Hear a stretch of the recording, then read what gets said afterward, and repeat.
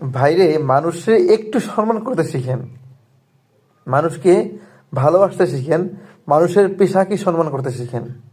ভাই অনেকরে দেখছি ভাই, একজন রিক্সা চালককে ধরেই আজাইরা মনে করেন যে উল্টাপাল্টা বকা, কাদের বুয়াকে একটু উল্টাপাল্টা হয়েছে ধরেই আজাইরা উল্টাপাল্টা বকা।